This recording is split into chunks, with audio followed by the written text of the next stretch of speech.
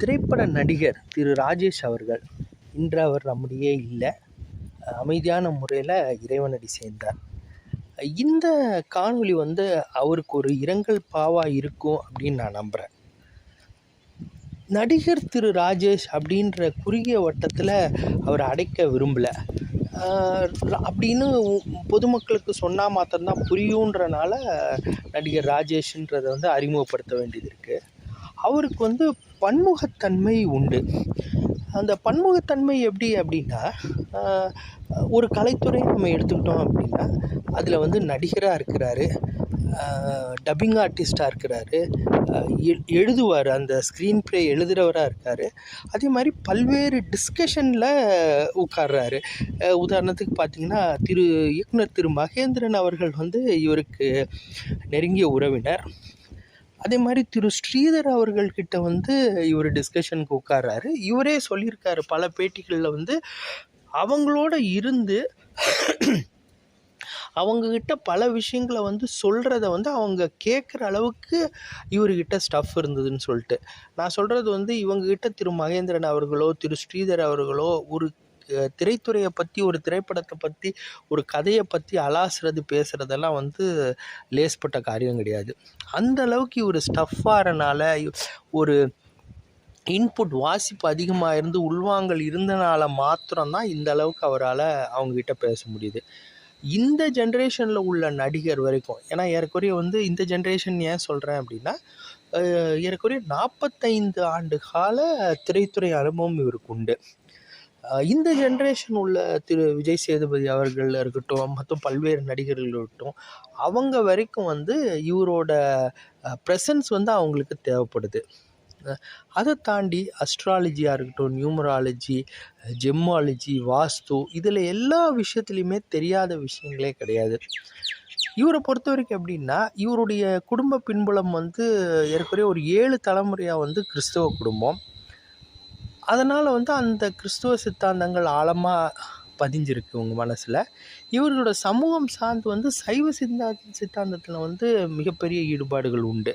அந்த வழியில் பார்க்க போனீங்க அப்படின்னா, சங்ககால இலக்கியங்களாக இருக்கட்டும், பக்தி இலக்கியங்களாக இருக்கட்டும், எல்லாமே இவருக்கு அத்துப்படி.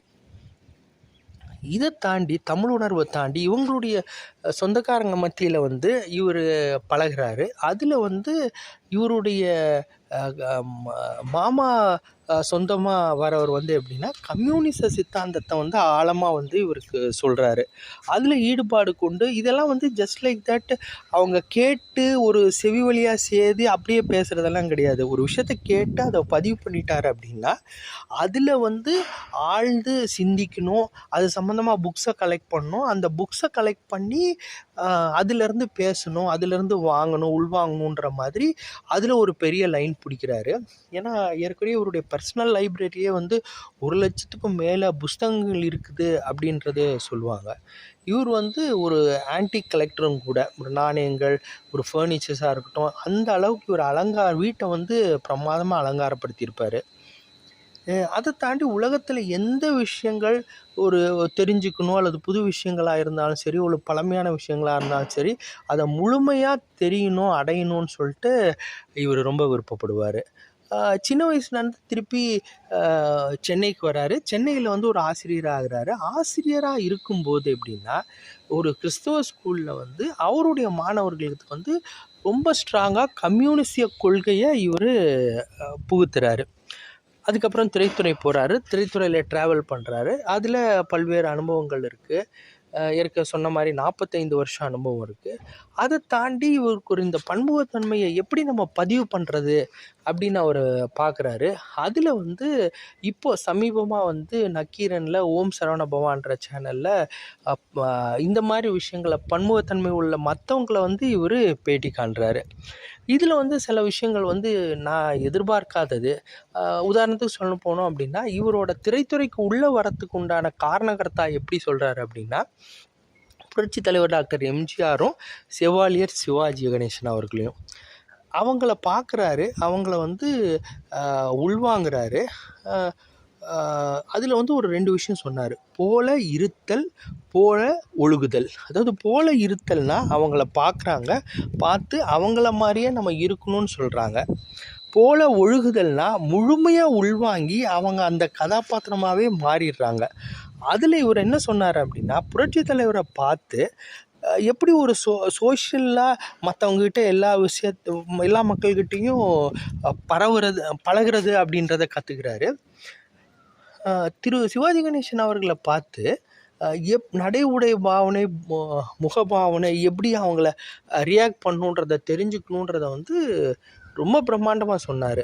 அதாவது பிரம்மாண்டம்னு நான் எது சொல்கிறேன் அப்படின்னா, இதெல்லாம் அப்படியே வந்து அந்த கூடு விட்டு கூடு பாயறதுன்னுவாங்க. அவங்களாவே மாதிரி திருப்பி ரிட்டர்ன் வந்துடணும். அதாவது ஒருத்தரை போகிறோம், அவங்களோட பாதிப்புக்கு உள்ளாகிறோம், அவங்ககிட்டேருந்து பல விஷயங்கள் கற்றுக்குறோம்.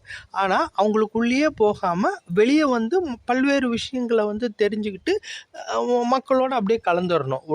அப்படியே ஃபாலோவராக ஆகிடக்கூடாது. அதாவது அவங்களுடைய அடிமைகளாக ஆகிடக்கூடாது. இதெல்லாம் வந்து பார்த்து ரொம்பவே ஆச்சரியப்பட்டேன் நான். அதே மாதிரி இந்த மற்ற பல்வேறு துறைகளில் வந்து ஒரு பேட்டி காணும்போது எப்படின்னா, இவருக்கு எல்லாமே தெரியும். ஒருத்தரை பார்க்க போகிறோம், அவங்கள பேட்டி காண போகிறோம் அப்படின்னா, அவங்ககிட்டேருந்து என்ன எதிர்பார்க்கிறதுன்றது முழுமையாக தெரியும். அவங்க வந்து அவங்க துறையில் வந்து பெரிய விற்பனராக இருப்பாங்க. ஆனால் சில வார்த்தைகள், தமிழ் சொற்கள், ஆங்கில சொற்கள் வந்து அவங்களுக்கு வரலைன்னா கரெக்டான நேரத்தில் அவர் எடுத்து கொடுப்பாரு. எடுத்து கொடுத்து அவங்க வாயாலேயே வர வச்சு அதை பதிவு பண்ணுவார். இதெல்லாம் ரொம்ப ஆச்சரியமான விஷயம். அந்த அந்த பேட்டியிலலாம் பார்த்திங்கன்னா எந்த இடத்துலையுமே வந்து இவர் வந்து பேட்டி கொடுக்குறவங்கள விட பெரிய ஆளுன்றதை வந்து இவர் காமிச்சிக்கவே மாட்டார். ஆனால் அவங்களுக்கு உண்டான ஸ்பேஸ் எல்லாம், கேப் எல்லாம் வந்து பிரமாதமாக ஃபில் பண்ணுவார். இதெல்லாம் வந்து நீங்கள் ஆழமாக நீங்கள் பார்த்து ஒரு மணி நேரம் எந்த டிஸ்டர்பன்ஸும் இல்லாமல் ஒரு பேட்டியை பார்த்தீங்கன்னா மாத்திரம்தான் அது உங்களுக்கு புரியும். என்னுடைய நண்பர் திரு சுதாகர் அவர்கள் வந்து திருவண்ணாமலையில் இருக்கிறாரு. அவர் ஒரு ஆல்ஃபா ரீஹாபிலிட்டேஷன் சென்டர் வச்சுருக்கிறாரு.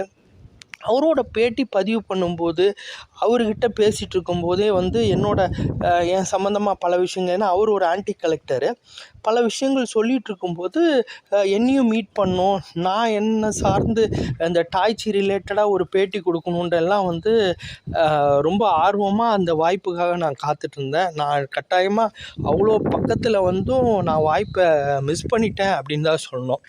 ஏன்னா அந்த அளவுக்கு வந்து இவர் ஒரு சமகாலத்தில் வந்து ஒரு மாபெரும் மனிதர். அவர் வாய்ப்பு கிடைச்சும் அந்த வாய்ப்பை நம்ம பயன்படுத்த முடியன்றது உண்மையாலுமே எனக்கு வருத்தமாக தான் இருக்குது.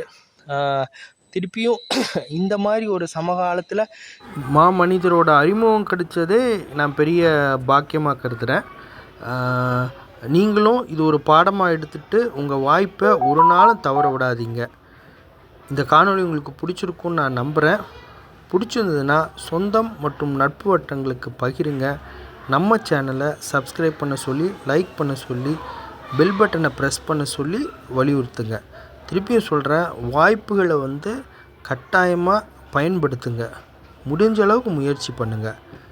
தொடர்ந்து வளருவோம், உயர்வோம். நன்றி, வணக்கம்.